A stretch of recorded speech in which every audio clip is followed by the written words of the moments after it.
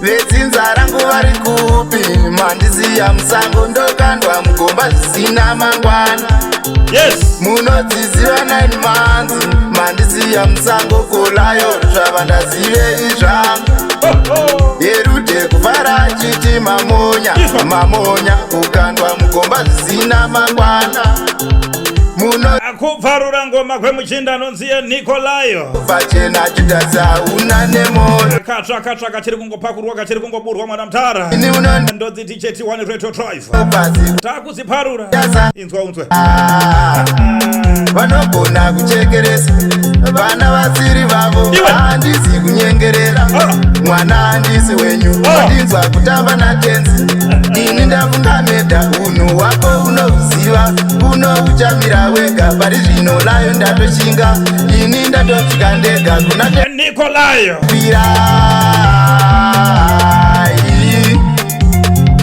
chinzwa gitare racho manje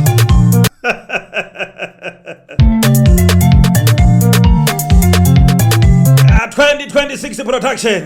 tinoziparura paundotenzi svikai ndinoda kukunda ndichida kurwa ndoneta vamwe vakaromba mwari ratidze paundotenzi pindira pamoyo tenzi pakudai mimi pandinoda kurwa ndinopera simba vamwe vane zvikwambo vamwe vakaromba mwari mirai neni hondo kuimba kwemuchinda anonziye Nikolayo ari pakudaro ndokurarama kwacho saka vekwangu ngwarirai. Yes. Nikolayo ndiri musango iwe handina baba shuwa tenzi muchindiona kugara neni pasi pano handina hama dada dzakatofa chengeta indini ndasara ndisazofa ndadzikwaka kuno ndatadza kubuda kuno shuwa tenzi svikai pano ndiri ndega ndinopa kuno mwari pindirai ndiri ndega ndinopara handina hama ndiri ndega ndinopa baba vakashayika mai makafu iyo nherera ndo inenge ichingopomerwa zvese kuimba kwemuchinda anonziye Nikolayo 2026 production ndonzi ticheti 1 radio drive class 1 pamukagwa inzwa icho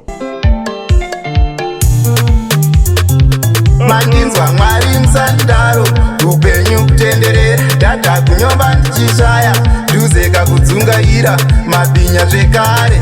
zvamunenge musango kunhaka yangu ndachema zvandinenge ndakura tenzi mabhinya zvekare zvamunenge musango kona kuri seiko kumatima nenyika yeZimbabwe kwese kwamuri wari kuSouth Africa Tanzania Botswana Namibia Mozambique pari seiko patete chipunga peira zviri kutobida vana vangu musango kufamba kwemuchinda anonziye Nikolayo